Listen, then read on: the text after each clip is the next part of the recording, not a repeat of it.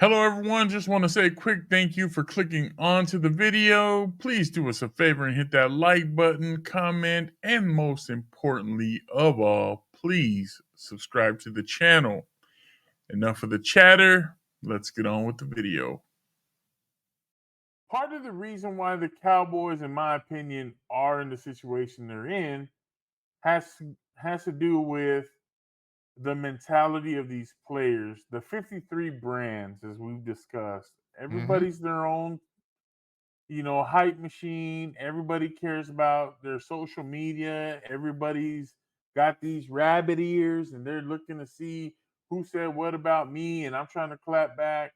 And there was no more evident an example of that than what happened with Trayvon Diggs after the Cowboys game against the 49ers, when I think he's a journalist, Mike Leslie, kind of put a tweet out there, an exclamation, whatever you want to call it, about Trayvon Diggs and what appeared to be a lack of effort on his part when Kittle caught the ball and almost scored a touchdown. I do believe that we have the video if you guys want to cue that up. And what we'll do is we'll just kind of go frame by frame here. Right there. Kittle's got the ball. Here's Diggs on the bottom left, jogging.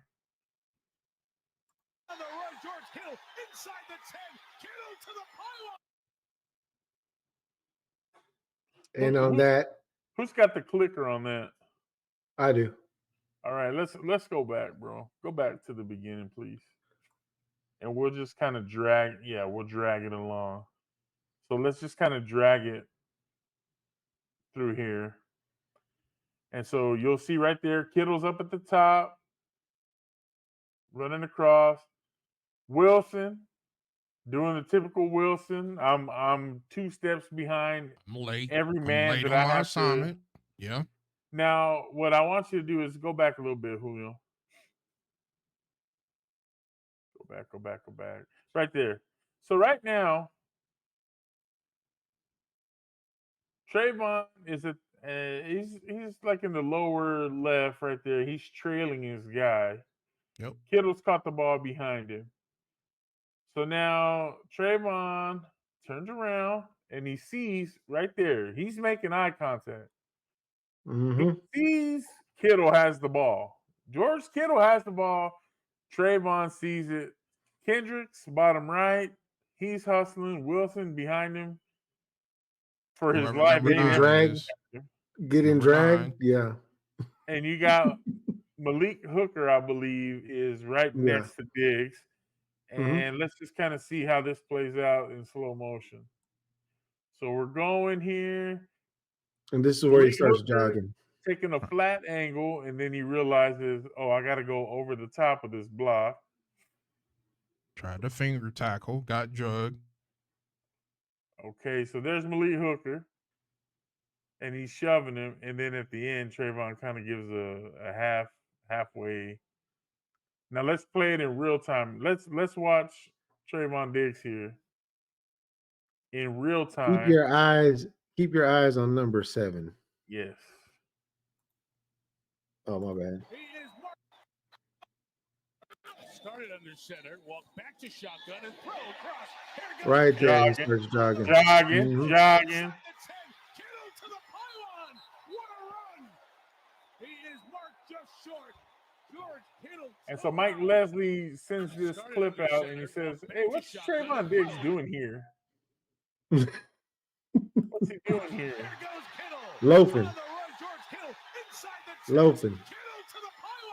I don't know if Trayvon figured, hey, there's enough guys there, they're going to make the tackle, or if it was just business decision was made. We've seen a lot of business decisions around the league being made so far. You see how big Kittle is compared to the rest of them? True. But so was Gronk, and people still brought him down. We've seen a lot of business decisions being made. So Mike Leslie throws out that tweet. Trayvon Diggs in full uniform comes out of the locker room after the game, and we get this reaction from Trayvon to Mike Leslie. Took from that? Out of that whole play, that's what you took from that? You don't know football. You can't do nothing that I do. You can't go out there and do nothing. Stay in your lane, buddy. Stop Buddy? playing, bro. Just asking a question, Trayvon. I mean, I'm happy to have you answer the question. Out of that whole play, that's what you took for that? That's what you got from that whole play, that's what you got from that? I'm asking you. We can talk about it more. What were you doing then? Talking about these Took from that? For those that don't know, Mike Leslie is the sports reporter for WFAA and DFW. So Channel 8. Channel 8. Nice. Talk about these nuts. We'll What see I you see- again. What I see from this player, I feel like that's an amalgamation of the entire locker room. Frustration. Frustration. I see somebody that's like, I'm trying my best. I see somebody that's coming off another bad loss. Somebody that's tired of losing. Somebody that's over the media. Because the Cowboys aren't used to being attacked by the media. It's always like, oh, the Cowboys are so great. These guys are so great.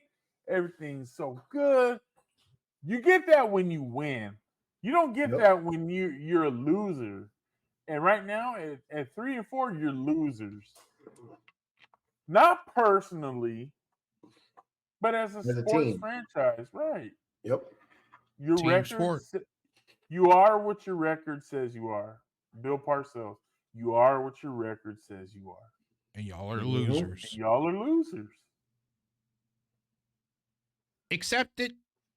Don't be mad because you heard Jerry Jones go in on Sean Sharif in the morning on 105.3 The Fan. So now y'all feel like y'all got carte blanche, like, oh, Jerry did it. He gonna have my back, and I can just go in on this media.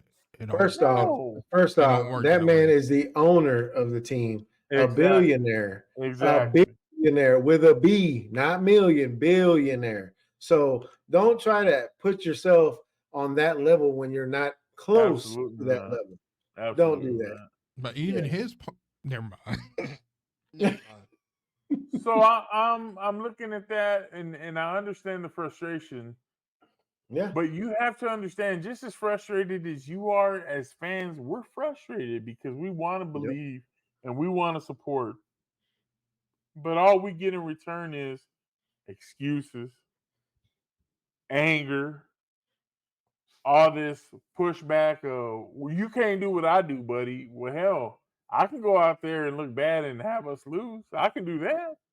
I can go out there and jog on the field and wait till the last second to push somebody out of the outsides or Out of off bounds. of the field, out of bounds. I mean, the thing is that you have, and I get it, and I agree with you. You see the frustration, you can hear it coming out of his voice whenever he's like, you can't do what I do, you don't play, you don't know what we do, this and that and the other. And I get that part of it. And for the most part, you're right.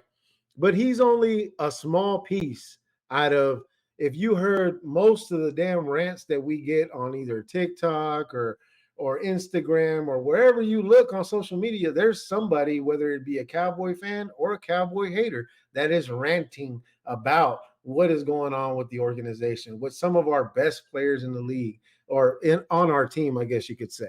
So, if you're not going to be able to kind of look past that and figure out what the hell it is that's going on within the organization and within the team itself to make things better, what makes you think that you're just going to be you're going to go out and confront every single person that puts something out online about how bullshit play we're getting right now? Because that's Yes. what we're getting.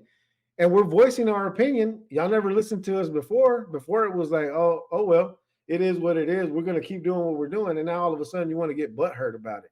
Yes, I will fight everybody. Every single person. throwing hands when I It see just you. it doesn't make sense It doesn't. to be mad at the media for calling out your your shortcomings of the game, because that's what you do. You play a game, we watch the game, we analyze what we see in front of us, and it's out there for the public to see. You play in front of 100,000 people most weekends. You don't want anybody. Don't say anything that's gonna hurt my feelings. I mean, this team is at a point now where the fan base. I'll put myself there. I'm as a fan to the point where I'm like, trade Micah, trade him and get as many picks as you can. Don't trade him in the Amari Cooper trade Oh picks. my God. Like, really get some value for him. But at this point, trade Micah. You don't want to pay him. You're gonna pay him to be the highest paid defensive end to get 13 sacks. For what? What is that gonna do for your franchise? Bro, we could trade him and get Myles Garrett down here. You're missing the Yes. point. You're missing the No, I'm point. not missing the Miles point. Garrett is not gonna win you more games. You Not completely missing the missed the point. point. We need pressure on defense as well. No. If we're going, We need, okay, bro. okay, We Joe. need Wait, we no, need more than hold that. on. Okay, Joe. If we get rid of Micah, who the hell are we gonna get then? What you're gonna do with that is you're gonna get draft capital, and you know what you're gonna do? You're gonna go in there and you're gonna draft linemen. No, we To draft protect- shit. to- We've no, seen what we draft. That's the one thing the Cowboys can hang their hat on for the most part is they can draft offensive linemen. If You're gonna that's you're hold gonna on. get rid of Terrence Steele. He's hurt. If He's that's old. true, He's beat up. You need a new right tackle. And If then that's you're gonna look for Zach Martin's replacement, because Zach Martin is old, busted, broken, and he's ready to retire.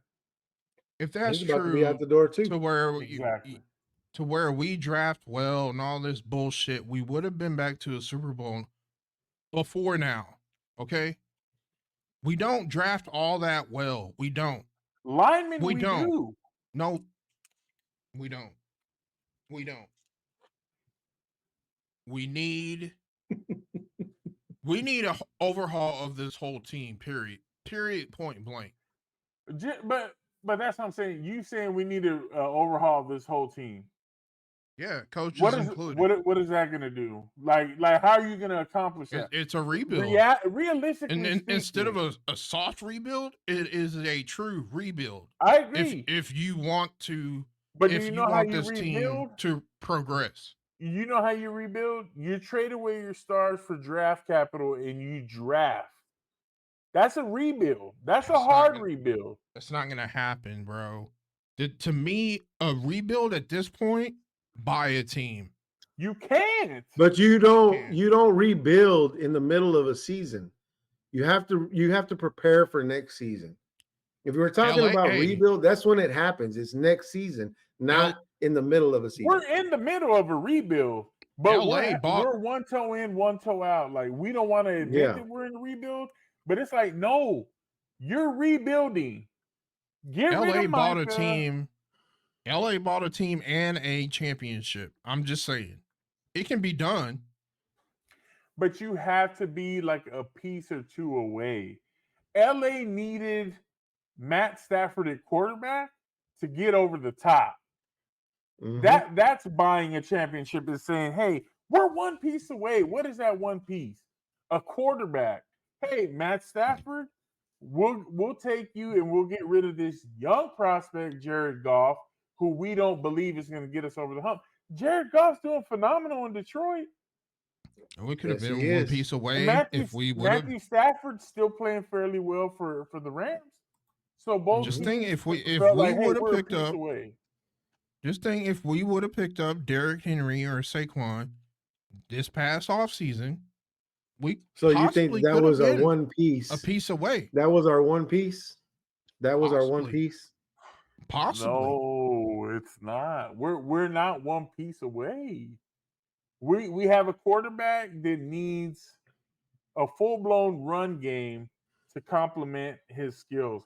He needs a run-first team, and then from there that he can build off the pass, off the run to pass. And you So that get means that in we Derrick need Henry or Saquon. you get the running back. But Jerry said it, and I agree with Jerry. You bring Derrick Henry here, he's not having the success here that he's having in Baltimore. Why? I beg Because to differ. Baltimore has a way better offensive line. We're not Beg to blocking differ. for Derrick Henry the way Baltimore is blocking for Derrick Henry.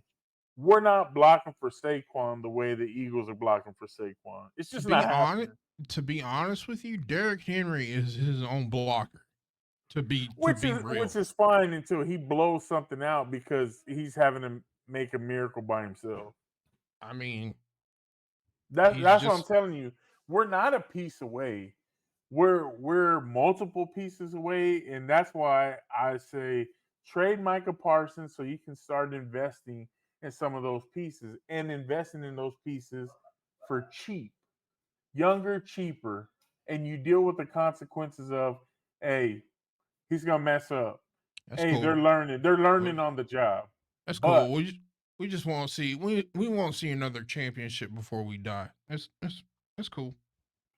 Not with the commitment issues that this team has. Like they know they're rebuilding, but they don't want to fully just say, "Hey, we're rebuilding." It's gonna be We're another shooting 30 yourself in the years. foot. We're gonna be in damn retirement homes by the time they can make it to the Super Bowl. We're in rebuild Or purgatory right now,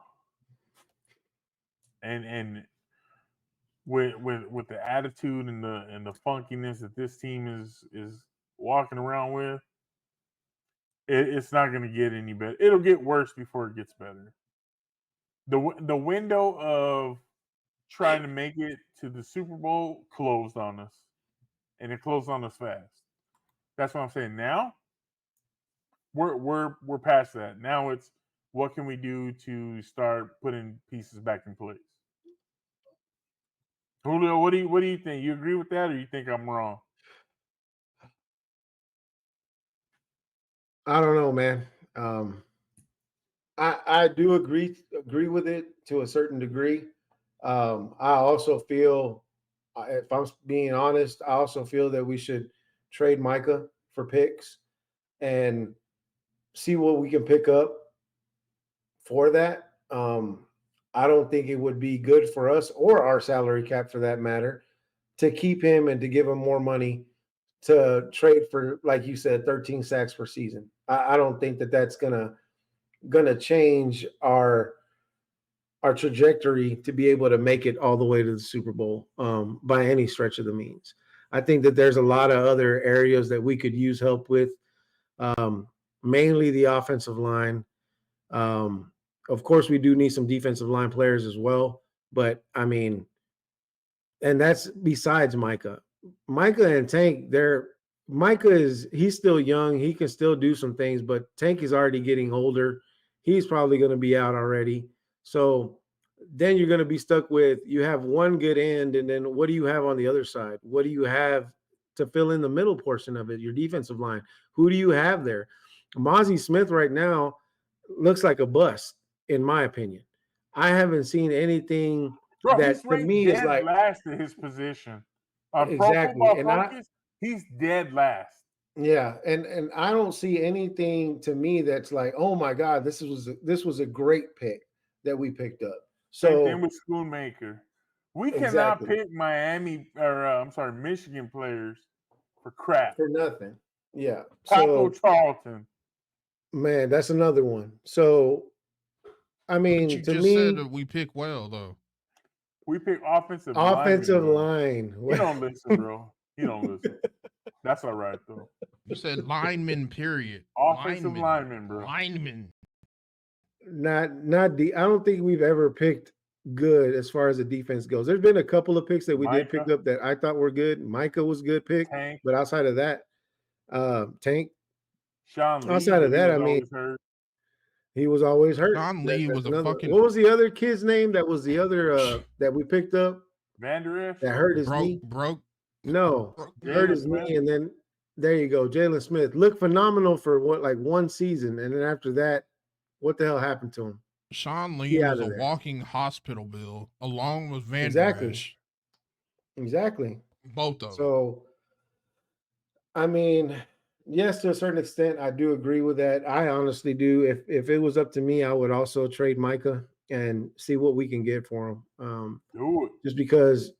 Just because for me, it's the simple fact that it's going to hurt our salary cap next year. If we sign him to a big contract and keep him here, it's just going to hurt us for the next however many years, 4, 5, 6 years. So if we see that, then we already know that yes, we probably won't see a Super Bowl until we're in a retirement home. But that's the cost of what Jerry Jones wants to do. Again, like Joe said before, like we've all said before on this podcast, this is Jerry Jones's toy box. He gets to do whatever he wants with his toys because he's the owner and he does what he wants. And we could sit here and yell and gripe and bitch, moan, and complain as much as we want about It ain't what gonna we should do matter. different and what moves we should make and who we should pick and all this other shit. But at the end of the day, Jerry Jones is the man that, the buck stops with him. He's the one that makes the decision. He's the one that says, my team is good where we're at right now. And I'm rolling with this team because we have a great team. And that's what it is. And he sells it to us every single year. Yeah, Just like he man. does. Until we decide that we're gonna fully commit one way or another. If you're not gonna commit to a full rebuild, then you need to fully commit to putting more pieces. You need to commit to getting into free agency and figuring out what the hell you're gonna do. But you can't halfway do one or the other because you end up with this product here, which is Yep. you overpaid 3 or 4 players and then you got a bunch of suck just sitting on the bench. Like, what are we doing? Like, what are we doing?